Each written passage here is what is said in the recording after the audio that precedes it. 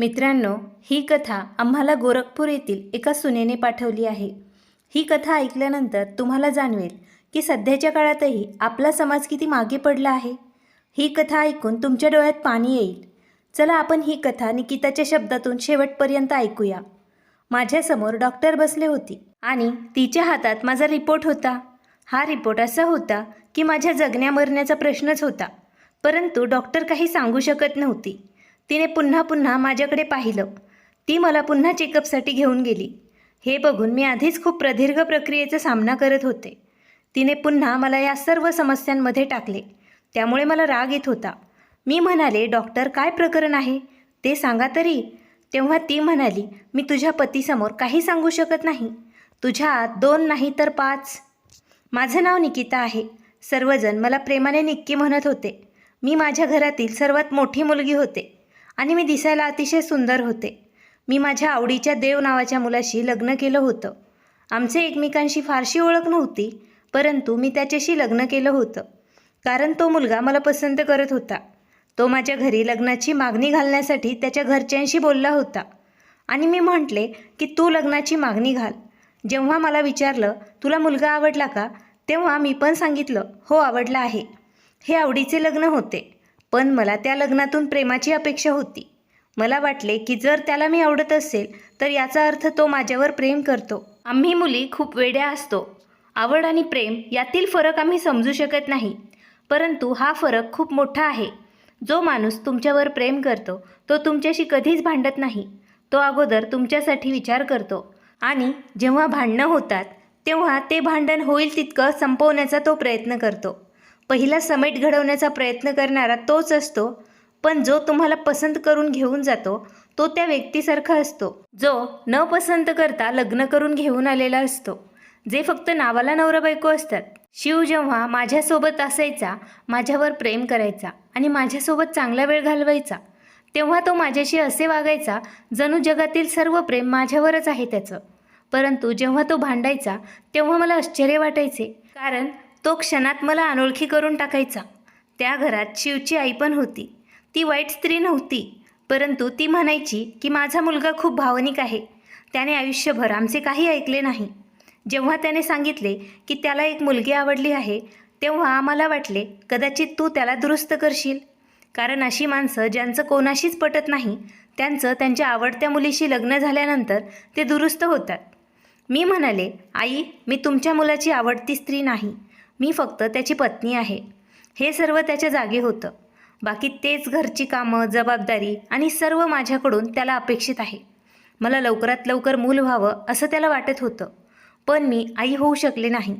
डॉक्टरांनी मला स्पष्ट सांगितले होते की टेन्शन घेतल्याने तुम्हाला मूल होत नाही। मग माझ्या पतीने मला असे विचित्र तर्क दिले। तो म्हणाला की टेन्शन घेतल्याने तुला मूल होत नाही कारण मी तुझ्याशी भांडतोय, परंतु तू कधी विचार केला आहेस का त्या महिलांचा ज्यांनी जंगलात मुलांना जन्म दिला आहे? ज्या महिला खेड्यात राहतात, त्यांना कोणत्याही सुखसुविधा मिळत नाहीत, त्या स्त्रिया देखील मुलांना जन्म देतात। त्या खूप टेन्शनमध्ये असताना मुलांना जन्म देतात। मग तुला का मूल होऊ शकत नाही? तू काय आकाशातून खाली आली आहेस का? मी म्हणाले की प्रत्येक माणूस सारखा नसतो आणि तुम्ही मला खूप टेन्शन देतात, माझ्याशी नेहमी भांडण करतात। मी कंटाळले आहे। मी माझी संपूर्ण रात्र रडवण्यात घालवते आणि तुम्ही तर झोपी जातात। हे सर्व डॉक्टर म्हणाले आहेत, मी त्यांना बोलायला सांगितलेलं नाही। तेव्हा तो म्हणाला, कोणास ठाऊक तूच त्यांना खोटं बोलायला सांगितलं असेल तर? मी म्हणाले, मग तुम्ही माझ्यासोबत हॉस्पिटलमध्ये चला। यावेळी माझे पती गप्प बसले। त्याचे सर्वात मोठे हत्यार होते की केव्हाही आमची भांडणं व्हायची तेव्हा तो म्हणायचा की मी तुला घटस्फोट देतो। तो फक्त धमक्या देत असे आणि असा पुरुष स्त्रीसाठी एक मोठी विचित्र समस्या बनतो, जो मला घटस्फोटची धमकी देतो असं म्हणत तो धमकावत राहतो। तेव्हा असे वाटत होते आता सर्व काही संपलं आहे। तू तुझ्या आईवडिलांना सांग मी येत आहे, तुझं सामान पॅक कर, मी तुला सकाळीच तुझ्या घरी सोडतो। मी घाबरत होते। मी कशी जाणार माझ्या माहेरी? माझ्या बहिणींचे आयुष्य काय होणार अशी भीती मला वाटत होती। आणि जर मोठ्या बहिणीचा असाच घटस्फोट झाला तर लहान्या बहिणींचं लग्न होणं जरा कठीणच होऊन जातं। मी रात्रभर रडायचे आणि सकाळी मी माझ्या नवऱ्याकडे असे पाहायचे की तो पुन्हा माझ्याशी भांडेल, तो माझे आयुष्य उद्ध्वस्त करेल। पण तो पुन्हा म्हणायचा जा माझ्यासाठी चहा घेऊन ये. सॉरी तर तो कधीच बोलू शकत नव्हता. तो नेहमी रागात असायचा. एवढं भांडण झाल्यावर तो सामान्य झाला आणि पूर्वीसारखा जगू लागला. अगोदरसारखं तो नॉर्मल राहू लागला. असं वाटायचं दिवस संपला, भांडण संपले. कदाचित तो भूतकाळात जगत होता. एके दिवशी त्याचे माझ्याशी खूप वाईटरित्या भांडण झाले. मला मूल होऊ शकत नाही याच विषयावर भांडण झाले होते. मी त्याला म्हणाले, देवाला प्रार्थना करा मी मरून जावं, कारण तुमचा हा त्रास संपून जाईल. मी ओरडून म्हणाले होते. स्त्रीला ओरडताना पाहून कोणताही पुरुष सहन करत नाही. त्याने माझ्या तोंडावर चापट मारली. तो म्हणाला, हो मी करतो देवाला प्रार्थना, तू मरून जावं आणि माझी अडचण कायमची नष्ट व्हावी. जेव्हा मी त्याच्या तोंडून हे शब्द ऐकले तेव्हा मला खूप वाईट वाटले. मी रात्रभर रडत होते. जेव्हा मी सकाळी डोळे उघडले तेव्हा हॉस्पिटलमध्ये माझे डोळे उघडले. मला सांगण्यात आलं की मी बेशुद्ध झाले होते, परंतु मला काही माहीत नव्हतं. जेव्हा घरातील लोकांनी पाहिलं मी उठले नाही तेव्हा मला हॉस्पिटलमध्ये दाखल केलं. मी शुद्धीवर आले आहे. नंतर माझ्या काही तपासण्या केल्या. हॉस्पिटलमध्ये सर्वजण आले होते. तिथे माझे आईवडील पण उपस्थित होते. जेव्हा डॉक्टर आले आणि त्यांनी सांगितले की मी आई होणार आहे तेव्हा माझे आईवडील आणि सासू सासरे उभे होते. त्यांना खूप आनंद झाला. माझ्या पतीला पण खूप आनंद झाला. त्याने हसून माझ्याकडे पाहिलं. तेव्हा माझी आई म्हणाली, कुठे जात आहात? जा आणि मिठाई घेऊन या. माझ्या आईने माझ्या डोक्यावर हात ठेवला आणि विचारलं, काय झालं आहे? तेव्हा मी म्हणाले, कदाचित मी पडले असेल आणि त्यामुळे माझा चेहरा जमिनीवर आपटला असेल. पण माझ्या सासूबाईला समजले की काय झालं आहे. आम्ही एकाच घरात राहत होतो. त्यांना माहीत आहे का आमचे नाते कसे होते.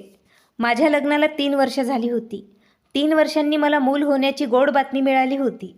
तसं बघितलं तर फार वेळ नव्हता, पण माझ्यावर खूप दबाव होता आणि सगळ्यात जास्त दबाव माझ्या स्वतःच्या पतीचा होता. तो म्हणत होता, तुझी जीभ खूप चरचर करते. मी तुझ्या चेहऱ्याकडे पाहून तुझ्याशी लग्न केलं. तू मुलाला जन्म देऊ शकत नाहीस, मला वडिलांचा आनंद देऊ शकत नाहीस, तर मी लवकरच तुला घटस्फोट देईल. मी तुला माझ्याबरोबर ठेवणारही नाही, दुसरे लग्न करेल म्हणत तो माझा छळ करायचा.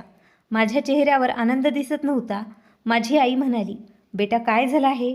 मी म्हणाले, मला बरं वाटत नाही म्हणून मी अशी बसली आहे. काही वेळाने माझे पती मिठाई घेऊन आले.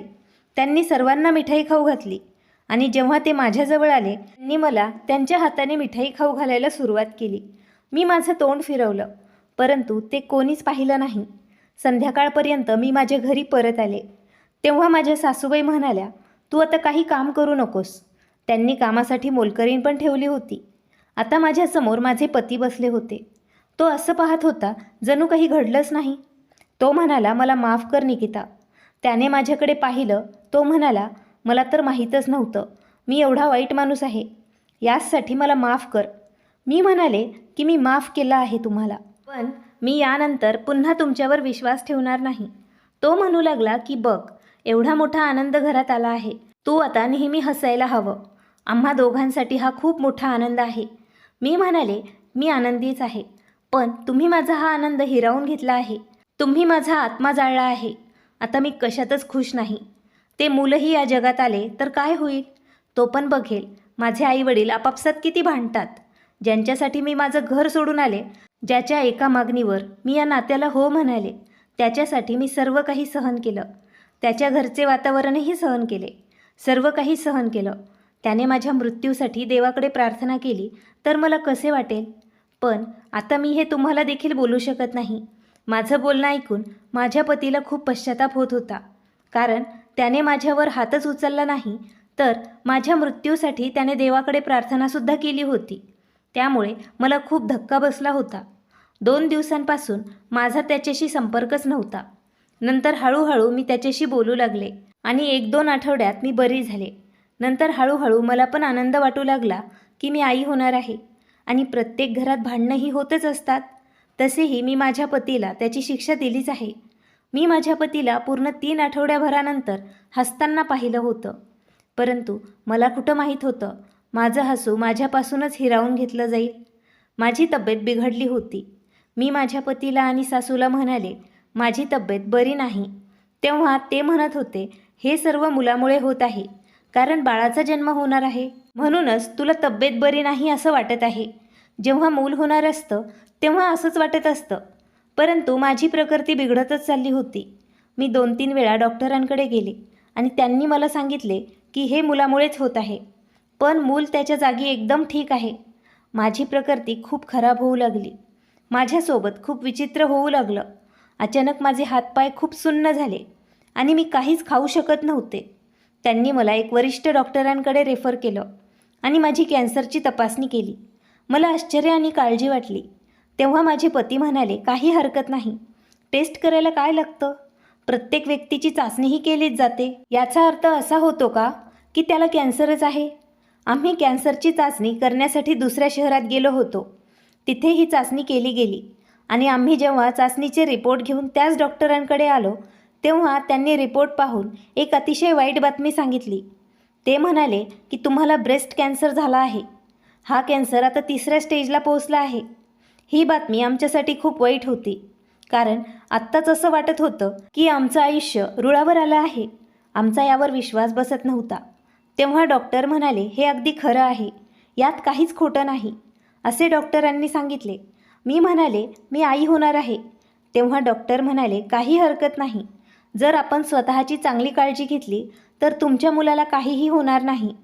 आम्ही तुमच्यावरही उपचार सुरू करतो. आता तुमचं आयुष्य आमच्या उपचारांवरच सुरू आहे. हे सर्व ऐकून मी आतून तुटून गेले होते.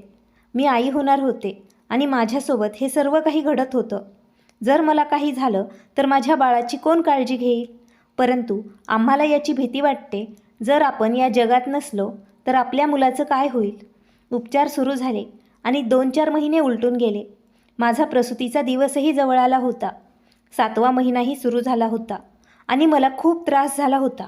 आता मी तुम्हाला काय सांगू, काय काय पाहिलं नाही मी या काळात. परंतु नंतर एके दिवशी डॉक्टरांनी उत्तर दिले की तुमच्याकडे अजून 1च वर्ष आहे. ही जर तुम्ही भाग्यवान असाल तरच. माझे मूल 7-8 महिन्यांचे झाल्यावर मी या जगातून निघून जाईल. स्वतःच्या मृत्यूपूर्वी स्वतःच्या मृत्यूची बातमी ऐकणे, हे स्वतःच्या नातेवाईकांच्या डोळ्यात आधार पाहणे, हे कदाचित मृत्यूपेक्षा कठीण आहे. डॉक्टर म्हणाले की उपचार चालूच राहतील. परंतु डॉक्टर जे काही सांगत होते हे मला जेव्हापासून कळले तेव्हापासून मी पूर्णपणे सुन्न झाले होते. मी माझ्या मुलासाठी जगत होते आणि एके दिवशी मी माझ्या कॉटवर झोपत होते तेव्हा माझे पती माझ्याजवळ येऊन बसले आणि आजकाल ते माझ्याशी अगदी चांगले वागत होते. मी म्हणाले, काय झालं? तर ते म्हणू लागले की मी तुझ्यावर खूप प्रेम करतो. मी म्हणाले, नाही, तुम्ही माझ्यावर प्रेम केलेच नाही, तुम्ही फक्त मला पसंत केलं. नंतर ते म्हणाले, नाही, मी तुझ्यावर प्रेम केलं आणि तेही खरं प्रेम. परंतु मी जेव्हा माझे आईवडील आणि माझ्या नातेवाईकांना हे सर्व सांगितलं की माझं एका मुलीवर प्रेम आहे आणि मला तिच्या घरी मागणी घालायची आहे आणि तिला देखील माहीत आहे की माझे तिच्यावर प्रेम आहे, तेव्हा माझ्या नातेवाईकांनी आणि माझ्या आईने मला सांगितले, ज्या मुलींना हे समजून जातं की हा माणूस माझ्यासाठी वेडा आहे, अशा स्त्रिया कधीही नियंत्रणात राहत नाहीत. म्हणूनच पहिल्या दिवसापासून तिच्यावर तू वर्चस्व ठेव. तू तिचा पती आहेस आणि तुझा दर्जा खूप वरचा आहे. पतीची तर पूजा केली जाते हे तुझ्या पत्नीला सांग आणि तू तिच्यावर प्रेम करतोस हे तिला कधीच सांगू नकोस. मी सुद्धा या सगळ्या गोष्टी पाळल्या आणि विचार केला की मी काही काळ तुझ्यावर वर्चस्व राखेन आणि मग तू माझ्यासमोर पूर्णपणे लाचार होशील. मग एक दिवस मी तुझ्यावर किती प्रेम करतो ते तुला सांगेन. पण तुझ्यावर प्रभुत्व मिळवण्यात मी घालवलेला वेळ आपला वेळ होता, तो निघून गेला. आता तू हे जग सोडून जाणार आहेस. तू गेली तर माझं कसं होईल देवालाच माहीत. मी माझ्या पतीकडे खूप अस्वस्थ आणि आश्चर्यचकितपणे पाहिलं. मी म्हणाले, तुम्ही खरं बोलत आहात का? तेव्हा ते म्हणाले, मी अगदी खरं बोलत आहे. मी म्हणाले, तुम्ही खरं बोलत असाल तर तुमच्या मित्रांचं आणि आईचं ऐकून जाणून बुजून प्रेम व्यक्त केलं नाही. या सगळ्यात चूक तुमचीच आहे. तो म्हणाला, हो, चूक माझीच होती आणि सर्वात मोठी चूक ही होती की मी तुला नेहमीच मर असं म्हणत होतो आणि देवाला प्रार्थना करत होतो. देवाने माझे असे शब्द का मान्य केले? मी म्हणाले, नाही शिवजी, प्रार्थना तुम्ही माझ्यासाठी देवाकडे केली ती देवाने स्वीकारली नाही, कारण तेव्हा तुम्ही रागावलेले होतात आणि देवालाही माहीत होतं की तुम्ही त्यावेळी शुद्धीवर नव्हते. भावनेतून सांगितलेल्या गोष्टी देव कधीच स्वीकारत नाही. मला काही जर झालं आणि तुम्ही मला मृत्युमुखी पाहिलं म्हणजे तुम्हाला कळेल की मी हे जग सोडलं तर तुम्हाला कसं वाटेल. जेव्हा मी हे म्हणले तेव्हा माझे पती स्तब्ध झाले आणि म्हणाले की आपण लोकांच्या बोलण्यात पडायला नको होतं. अशा गोष्टींनी आपल्या दोघांना पूर्णपणे वेगळं केलं आहे. आता काय होईल, मला तुला गमवायचे नाही. मी तुझ्यावर खूप प्रेम करतो. सर्व काही ठीक होईल आणि आपण एकत्र राहू. मी तुझ्यावर खूप प्रेम करतो. मी नेहमी तुझ्यासाठी देवाकडे प्रार्थना करेल. तू सुद्धा देवाला प्रार्थना कर. हे बघ, मी तुझ्यावर खूप प्रेम करतो. तूच माझा जीव आहेस. मी तुझ्याशिवाय राहू शकत नाही. माझ्या डोळ्यात अश्रू आणि चेहऱ्यावर हसू आले. मी माझ्या पतीकडे बघितले आणि म्हणाले की तुम्ही प्रत्येक वेळी असेच म्हणतात. नंतर तुम्ही शुद्धीवर येतात. त्यानंतर तुम्हाला माझ्यामध्ये खूप वाईट गोष्टी दिसू लागतात. तेव्हा माझे पती रडू लागले. मी म्हणाले की आता माझ्यावर तुम्ही प्रेम करू नका. आता मी हे जग सोडून जाणार आहे. फक्त माझ्या मुलाची तुम्ही काळजी घ्या. तुम्ही जेव्हा माझ्या मुलाची काळजी घेणार तेव्हा समजेल की तुम्ही माझ्यावर तितकेच प्रेम करतात. तो रात्रभर रडत राहिला आणि मला माफी मागत राहिला. मलाही आश्चर्य वाटलं की आपण कोणाला उघडपणे त्याच्या पत्नीला धाकात ठेवण्याचा सल्ला देऊ शकतो. त्याच्या नियंत्रणाखाली तिने राहिलेच पाहिजे असं त्याला सांगत राहतो. तिला बंदिस्त करून ठेवा. तिला नेहमी कमी दर्जा द्या. परंतु आपण हा विचार करत नाही की आपण दिलेला चुकीचा सल्ला कदाचित त्याचे संपूर्ण आयुष्य उद्ध्वस्त करू शकतो. माझे पती बरोबर सांगत होते. तो लग्नानंतरचा सुरुवातीचा काळ आमच्यासाठी खूपच महत्त्वाचा होता. म्हणून मी विचार केला नाही. मला प्रत्यक्ष त्यांनी कधी काही भेटवस्तूही दिली नाही, ना कुठे हनीमूनला नेले. माझ्याशी साधं ते नीट बोललेही नाही. त्यामुळे हे लग्न आमच्या आवडीने झाले आहे असे मलाही कधी वाटले नाही. माझ्या कुटुंबातील सदस्य काही बोलले नाही. परंतु माझ्या लहान बहिणी म्हणत होत्या, दीदीने लव्ह मॅरेज केलं आहे. पण इथे काय चाललं होतं हे त्यांना कसं कळणार? हे असंच असते. पसंतीचं लग्न हे असंच असतं. आता माझा पती माझी खूप काळजी घेत असे. जणू सर्व काही ठीक आहे. आता माझी तब्येत खूप खराब झाली होती.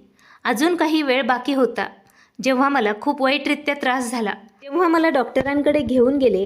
मी अगोदरच कॅन्सरची रुग्ण झाले होते आणि वर मी आई होणार होते.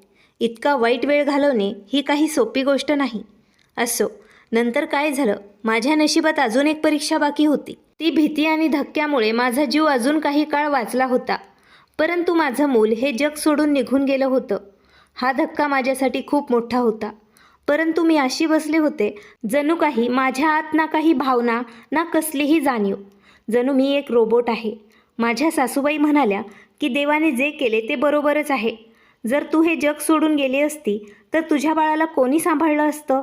बिन आईची मुलं पूर्णपणे एकटी पडतात. कदाचित हेच आमच्यासाठी चांगलं होतं.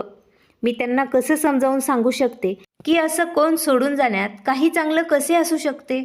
ती बहुधा असा विचार करत होती की मला एक तरुण मुलगा आहे आणि त्याची बायको एक मूल सोडून हे जग सोडून जाईल. मग मुलाच्या बापाशी लग्न कोण करणार? माझा मुलगा संकटात सापडेल आणि ही तर ह्या जगातून निघूनच जाईल. म्हणूनच कदाचित ती असं म्हणत होती की जे काही घडलं ते योग्यच झालं आहे. पण मी कोणत्या परिस्थितीतून जात आहे हे फक्त मलाच माहीत होतं. आणि त्यानंतर डॉक्टरांनी मला सांगितले आता माझ्याकडे जास्त वेळ नाही. परंतु त्यांनी सांगितले हे सर्व खूप क्रिटिकल होत जात आहे. जेव्हा माझे लग्न झाले तेव्हा मला वाटले की माझ्या आयुष्यात आनंद येईल. आमचे एक प्रेमळ नाते असेल, एक स्वतःचं घर असेल जिथे शांतता आणि आनंद असेल. परंतु लवकरच हे स्वप्न भंग पावलं आहे. माझ्या पतीने माझ्या आयुष्याला बंदिस्त केलं होतं. त्याच्या क्रूरतेने आणि निरुपयोगी लोकांच्या चालीरीतीने मला आतून तोडून टाकले होते. मी नेहमी माझ्या पतीला आनंदी ठेवण्याचा सर्वतोपरी प्रयत्न केला होता. माझ्या मनातील इच्छा दाबून ठेवल्या. परंतु त्या बदल्यात मला फक्त त्रास आणि वेदनाच झाल्या. त्यांना माझी पर्वा नव्हती. त्यांनी माझ्या भावनांना महत्त्वच दिले नाही. मी अनेकदा रात्री एकटीच रडत असे आणि विचार करायचे की मी काहीतरी चूक केली आणि त्याची इतकी मोठी शिक्षा मला मिळाली आहे. मला माझ्या अंतःकरणात एक कमतरता जाणवली जी मी कधीही भरू शकत नाही. काही वेळाने कदाचित परिस्थिती बदलेल या आशेने मी तिथेच बसले. पण माझ्या हृदयाने त्याला माफ केलं नाही. त्यावेळी माझे हृदय इतके घायाळ झाले होते की क्षमा आणि प्रेमाला तिथे वावच नव्हती. तो हात जोडून डोळ्यात अश्रू घेऊन माझ्यासमोर उभा राहणार होता. पण मला कळले तेव्हा माझे हृदय दगडासारखे झाले होते. आता तो क्षण मी कधीच विसरणार नाही की मी आई होणार आहे. मला पहिल्यांदा मी पूर्ण झाले असे वाटले आणि मग आता एक नवीन आशा निर्माण झाली. परंतु माझे मूल मला सोडून गेलं आणि माझे हृदय पुन्हा एकदा रिकामे झाले. माझं नशीब माझ्यासोबत काहीतरी विचित्र खेळ खेळत होतं. एक क्षण मला आनंद द्यायचा आणि दुसऱ्या क्षणाला सर्व काही हिरावून घ्यायचं. आता तुम्हीच सांगा की हे जर कोणासोबत होत असेल तर तो स्वतःला कसं सांभाळू शकेल. कदाचित त्यामुळेच हे दिवस मला पण खूप जड जात होते. डॉक्टरांनी मला सांगितले की तुमची तब्येत ठीक नाही, त्यामुळे तुम्हाला काही दिवस हॉस्पिटलमध्येच राहावे लागेल. त्यांनी मला 15 दिवस हॉस्पिटलमध्ये राहण्यास सांगितले, कारण मला झालेला त्राससुद्धा तसाच होता. परंतु आता फक्त 10 दिवस निघून गेले होते तेव्हा माझे पती माझ्याजवळ बसले होते. तो स्वतःला अपूर्ण समजत होता. जेव्हा कोणी रुग्णालयात राहतं तेव्हा तो स्वतःच पेशंट बनतो. मी त्यांना म्हणाले, आज रात्री तुम्ही घरी जा आणि खोलीत शांतपणे झोपा. किती दिवस झाले तुम्ही माझ्यासोबतच हॉस्पिटलमध्येच आहात. तुमची तब्येत बिघडेल. मी तुला सोडून जाणार नाही. जेव्हापासून मला हा आजार झाला आहे असं समजलं तेव्हापासून माझ्या पतीला जास्तीत जास्त वेळ माझ्यासोबतच घालवायचा होता. त्याने तर नोकरीही सोडली आणि त्यामुळे माझ्या सासूबाईंना खूप त्रास झाला. ती म्हणायची की ही तर हे जग सोडून जाणार आहे, सोबत आपणही रस्त्यावर येऊ. काही काम मिळालं नाही तर आपण काय खाणार आहोत, कारण खर्चही खूप होत होता. माहीत नाही किती लोकांकडून कर्ज घेऊन उपचार चालू होते. एक स्त्री तिच्या पतीबद्दल विचार करते तेव्हा तिला असेच वाटते, त्याने माझ्यावर विश्वास का नाही केला, माझ्यावर का रागवला, मला का श्राप दिला, असे बरेच काही घडते. परंतु प्रत्येक स्त्रिया या वेदना मनातच दाबून ठेवतात.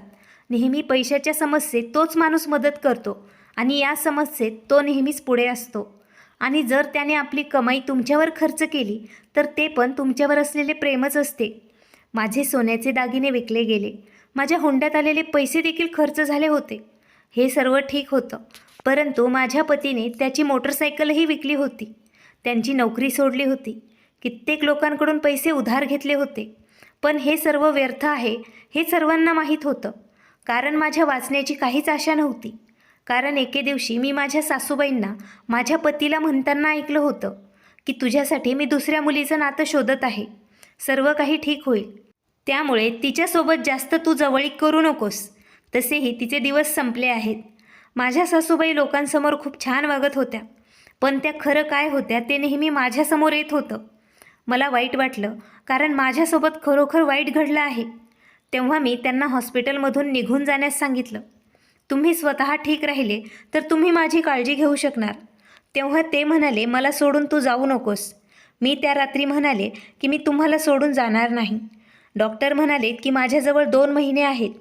हे ऐकून ते म्हणाले की जर डॉक्टर म्हणाले 2 महिने आहेत तर याचा अर्थ असा नाही फक्त 2 महिनेच आहेत. डॉक्टर देव नसतात. होऊ शकतं, सर्व काही ठीक होऊ शकतं. मी म्हणाले की असे होऊ शकत नाही, हे तुम्हाला पण माहीत आहे. माझा शेवटचा केमोथेरपी सेशनसुद्धा अयशस्वी झाला होता. ते या विषयावर गप्प बसले. नंतर मी त्यांना घरी जाण्यास आणि रात्रभर बेडवर शांतपणे झोपण्यास सांगितलं. इथे ते खोलीच्या आत सोफ्यावरच झोपायचे. त्यांना इथे झोपही लागत नव्हती. मी म्हणाले होते, मी हे जग सोडून जाणारच आहे, आता प्लीज माझं ऐका. तेव्हा ते गुपचूप निघून जायचे. आता फक्त माझ्या मनातील प्लॅन मला माहीत होता. मला वाटले होते की मी हे जग सोडून जाईलच, कारण माझी इच्छा नव्हती माझ्या नवऱ्याच्या डोळ्यात अजून 2 महिने उदासीनता मी पाहावी. तो प्रत्येक क्षणी विचार करत राहायचा की त्याची बायको हे जग सोडून जाणार आहे. एक नाईट ड्युटी करत हॉस्पिटलमध्ये कधी कोणी एक रात्र वेळ घालवला असेल तर त्याला माहीत असेल. असं वाटतं सर्व हॉस्पिटल झोपलं आहे. कधीतरी एखादा माणूस इकडे तिकडे येताना जाताना दिसायचा. मी हळूच बाहेर पडले. सर्वात अगोदर मी माझे कपडे बदलले, नंतर हळूच चालायला लागले. तेव्हा एका स्त्रीने मला विचारले, बेटा बाथरूम कोणत्या दिशेने आहे? मी त्यांना दिशा सांगितली. नंतर स्त्रियाच्या सवयींप्रमाणे ती मला विचारू लागली की तू इथे कशी काय? मी तिला म्हणाले की मी माझ्या नातेवाईकासोबत आले आहे. नंतर ती म्हणाली, देवा सर्वांना बरं कर. मी हॉस्पिटलमधून बाहेर आले. आता मी जिथे रस्ता दिसत होता त्या रस्त्याने चालत होते. माझ्या मनात काय चाललं होतं मलाच माहीत नाही. माझं मूल हीच माझी एकमेव आशा होती. माझा मुलगा या जगात आल्यानंतर काही महिने उलटून गेले असते, नंतर मला मरण आले असते तर मला नेहमीच आई व्हायचं स्वप्न होतं. माझं नशीब, मी चालत होते आणि अचानक मी एका भागात पोचले जिथे कचऱ्याचे ढीग पडले होते. तिथून जाताना मला दुर्गंधी आली, पण माझी पावले थांबली नाहीत. थोड्या वेळाने माझे पाऊल थांबले. मला हवेत काही आवाज आल्याने माझी पावलं थांबली. नवजात बाळ रडत आहे. मी आजूबाजूला पाहिलं आणि मला जाणवलं की जवळपास कुठेतरी आवाज येत आहे. नंतर हे सगळं माझ्या मनात घडतंय असं वाटलं, म्हणून मी रडायला लागले. या क्षणी मी या सुनसान रस्त्यावर कचऱ्याच्या ढिगाऱ्याजवळून लहान मुलांच्या रडण्याचा आवाज कुठून येणार? इथे कोणाचेच घर नाही. मी तिथे जमिनीवर बसले आणि ढसाढसा रडू लागले. मी देवाकडे खूप प्रार्थना केली की देवा, माझ्याच नशिबात तू सर्व दुःख लिहिलं आहेस का? आधी क्रूर नवरा, नंतर क्रूर सासू, नंतर एवढा वाईट रोग. मला मुलाचं सुख मिळालं तर ते पण तुला बघवलं नाही. एवढ्या मोठ्या संकटात तू मला का टाकलंस? तुला माहीत नाही का मी इतकी बलवान नाही, माझ्यात तेवढी हिंमत नाही. मला माफ कर देवा, मी पाप करून तुझ्याकडे येणार आहे. मला माहीत आहे की तू मला तिथेही माफ करणार नाहीस, कारण हे पाप असते. पण आता तूच सांग, मी काय करू? जेव्हा मी माझ्या पतीच्या डोळ्यात रोज ही गोष्ट पाहते की आता तो माझ्यावर प्रेम करतो, त्याला माझ्यासोबत राहायचं आहे, तो मला नेहमी डोळ्यांच्या पापण्यावर ठेवतो. हेच ते प्रेम आहे, तीच भावना आहे जी मला नेहमी त्यांच्या डोळ्यात पाहायची होती. पण आता कधी माझं आयुष्य संपणार आहे हे मलाही दिसू लागलं आहे. जर तो माझ्यावर असंच प्रेम करत राहिला तर मला इथून जाताना किती त्रास होईल. त्याच्यासाठी मला जे दुःख सोसावं लागेल ते लवकरच संपेल. परंतु त्याच्या वेदना त्या दिवशी संपतील ज्या दिवशी मी हे जग सोडून निघून जाईल. त्या दिवसापासून मी त्याला दुःखात पाहू शकत नाही. त्याने माझ्यासोबत काहीही केलं असेल तरी मी पहिल्या दिवसापासून त्याच्यावर प्रेमच केलं आहे. तो आता माझ्या प्रेमात पडला आहे. देवा, तू मला माफ कर. हे सर्व बोलून मी पुन्हा रडू लागले. तेव्हा मला पुन्हा नवजात मुलाच्या रडण्याचा आवाज ऐकू आला. आता मला समजले माझा गोंधळ होत नाही. मी त्या आवाजाचा पाठलाग सुरू केला. एका कचऱ्याचा ढीग होता, त्याच्या मागे एक दरवाजातून आवाज येत होता. जेव्हा मी त्या दिशेने गेले तर समोरचे दृश्य पाहून मला आश्चर्य वाटले. ते लहान नवजात बाळ, आणि तेही तिथे जिवंत होतं. कदाचित त्याचं वय अवघे 3-4 दिवसच असावं, किंवा कदाचित त्याहूनही कमी. त्याची तब्येत चांगली होती. ते सर्व पाहून मला स्वप्न पडल्यासारखं वाटलं, कारण मी औषधांच्या प्रभावाखाली होते. माझी मानसिक स्थितीही चांगली नव्हती. मी त्या मुलाला माझ्या मांडीवर उचलून घेतलं. मी आजूबाजूला पाहत राहिले. माहीत नाही किती वेळापासून मी स्वतःला स्वप्नातून जागं करण्याचा प्रयत्न करत होते, पण हीच खरी वस्तुस्थिती होती. कोणीतरी क्रूर व्यक्ती त्याला इथे सोडून गेली होती. मी त्याला माझ्या कुशीत उचलून घेतलं होतं आणि तो रडत होता. तो भुकेला होता आणि माझा मुलगा काही दिवसांपूर्वीच हे जग सोडून गेला होता. याचा अर्थ मला हवे असल्यास मी त्या लहान मुलाचं पोट भरू शकत होते. माझ्या अस्तित्वाने मला तशी परवानगी दिली आणि मी त्याची भूक भागवायला सुरुवात केली. पोट भरताच तो अगदी आरामात झोपला. तो एक मुलगा होता आणि तो आता माझ्या मिठीत होता. मला आता खात्री झाली होती की हे स्वप्न नसून वास्तव आहे. मी त्याला मिठी मारली आणि नंतर जेव्हा मी परत हॉस्पिटलमध्ये आले तेव्हा माझ्यासमोर माझा पती उभा होता. मला आश्चर्य वाटले की तो इथे काय करतोय. तो घरी असायला हवा होता. मी कारण विचारलं तेव्हा तो म्हणाला, जेव्हा मी झोपेत होतो तेव्हा मला खूप वाईट स्वप्न पडलं. तू कुठे गेली होतीस? मी दवाखान्यात आलो तेव्हा तू तिथे नव्हतीस. मला स्वप्न पडलं जणू मी तुला गमावलं आहे. मी धावतच इकडे आलो तेव्हा डॉक्टर म्हणाले, तू तुझ्या खोलीत नाहीस. तू काय करायला गेली होतीस? आणि हे मूल कोणाचं आहे? आधी तो फक्त माझ्याकडे बघत होता. नंतर त्याची नजर त्या मुलावर पडली. माझ्या चेहऱ्यावर खूप दिलासा आणि हसू उमटलं. मी म्हणाले, हा आपला मुलगा आहे. आपला मुलगा जो या जगात येणार होता. तो या जगात आला आणि गेला पण. परंतु बघा ना, देवाने मला तो परत दिला आहे. चला याला इथून घेऊन जाऊया. या अगोदर कोणी आपल्याला पाहण्या अगोदर त्याला आपण घेऊन जाऊया. माझा नवरा चकित झाला आणि म्हणाला, मला सर्व काही सांग निकिता. तू हे सर्व काय बोलत आहेस? मी माझ्या पतीला सांगितलं, इथून चला. तेव्हा माझ्या पतीने पटकन टॅक्सी थांबवली आणि नंतर आम्ही टॅक्सीतून सरळ आमच्या घरी आलो. जेव्हा माझ्या सासूबाईंनी हे दृश्य बघितलं तेव्हा त्या चकित झाल्या. मी त्या बाळाला दूध पाजवत होते. माझ्या मुलासाठी जे काही मी खरेदी केलं होतं ते मी या मुलासाठी वापरत होते. माझी सासू म्हणाली, तुझ्या पत्नीने हे कोणाला उचलून आणलं आहे? हे कोण आहे? माझे पती आजकाल मला कशासाठीही रागराग करत नव्हते, कारण त्यांना माहीत होतं की मी जाणार आहे. ते माझ्याजवळ येऊन बसले. त्यांनी खूप प्रेमाने मला विचारले, निकिता, तू हे कोणाच्या मुलाला हॉस्पिटलमधून उचलून आणले आहेस? नाही, मी कोणाचं मूल चोरलं नाही. मी तुम्हाला अशी वाटते का? मग सांग काय झालं? तेव्हा मी त्यांना सर्व काही सांगितलं आणि हे देखील सांगितलं की मी हे जग सोडण्याचा निर्णय घेतला होता. म्हणूनच मी तुम्हाला घरी पाठवलं होतं. तेव्हा ते म्हणाले, म्हणूनच मला हे स्वप्न पडलं की तू मला सोडून जात आहेस. म्हणून मी लवकर हॉस्पिटलमध्ये गेलो.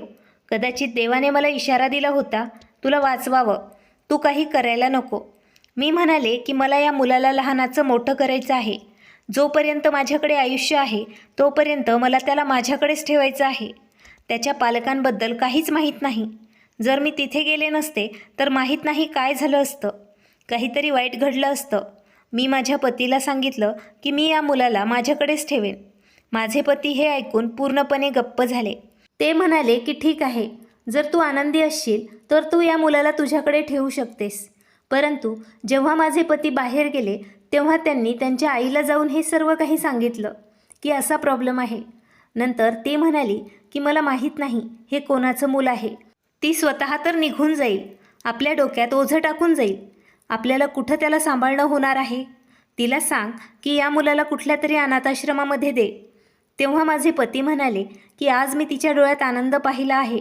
ती थोडीशी हसली आहे आणि एवढ्या मोठ्या धक्क्यातून गेल्यावरही ती हसत आहे. काय करावं, हा सगळा प्रॉब्लेम माझाच आहे, तुझा नाही. माझे पती खूप बदलले आहेत. मला नेहमीच हवे होते तसेच. मला नेहमीच वाटत होतं प्रत्येक स्त्रीला असा पती हवा असतो जो तिच्या हक्कासाठी बोलेल, तिचा दृष्टिकोन समजून घेईल, तिच्या भावनांची काळजी घेईल. कुणी तिच्याकडे हात पुढे केला तर तो हात थांबवेल. अगदी असेच झाले होते माझे पती.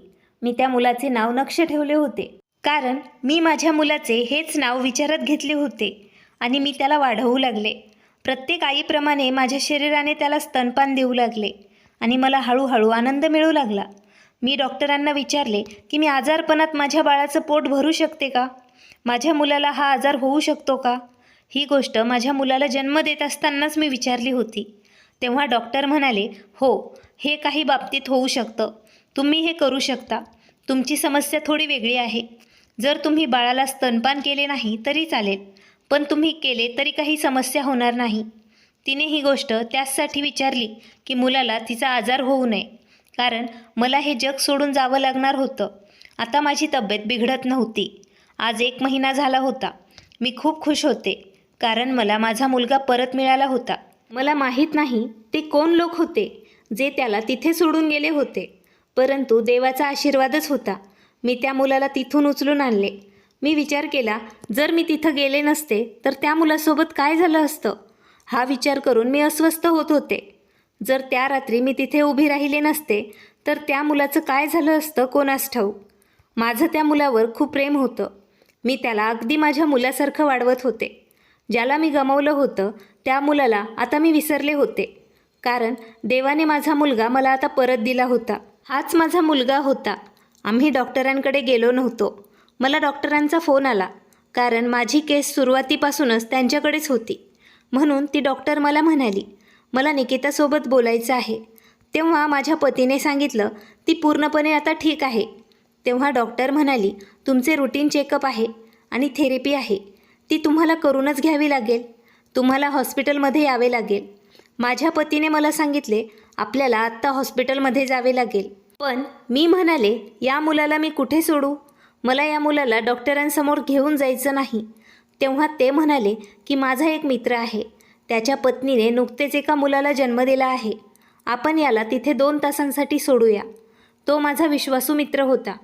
मी म्हणाले, ठीक आहे, पण मला त्याला सोडून जावेसे वाटत नाही. तेव्हा ते म्हणाले, हे बघ, तुझी तब्येत देखील महत्त्वाची आहे. जेव्हापासून हे बाळ आलं आहे तेव्हापासून तू पूर्णपणे सामान्य माणसासारखी त्याची सगळी कामं करत आहेस.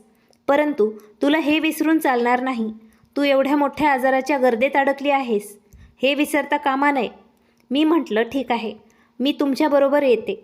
माझ्या पतीने मुलाला त्याच्या मित्राच्या घरी सोडलं. त्यांच्या मित्राची पत्नी खरोखरच खूप छान होती.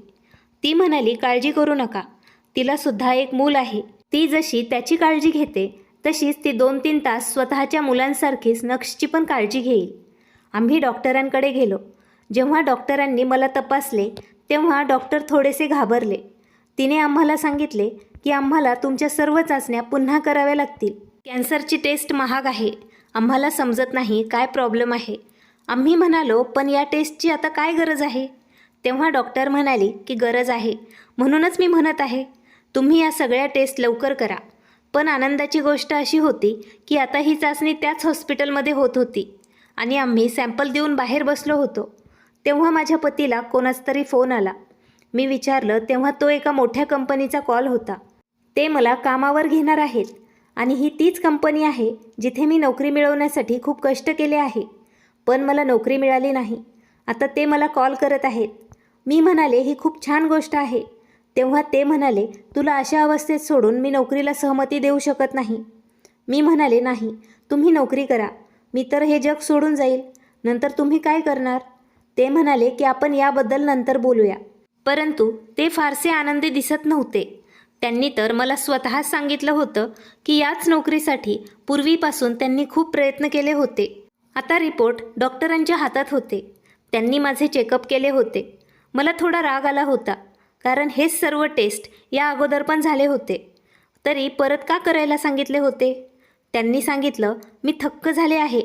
हे सर्व काही कसं शक्य आहे? आम्हाला वाटलं परत डॉक्टर काहीतरी वाईट बातमीच देणार आहेत, कारण आजपर्यंत त्यांच्या तोंडून आम्ही वाईट बातमीच ऐकत आलो आहोत.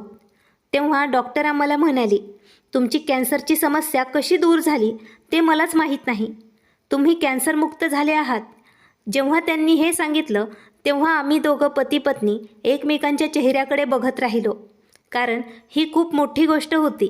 डॉक्टर म्हणाली तुमची पत्नी कॅन्सरची आता पेशंट नाही आहे, ती कॅन्सरमुक्त आहे. आम्ही थक्क होऊन विचारलं हे सर्व कसं शक्य झालं?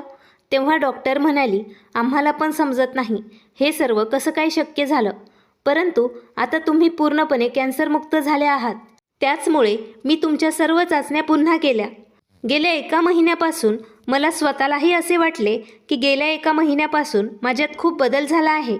माझी जुनी ताकद परत येत आहे. मला कोणतीही अडचण येत नव्हती.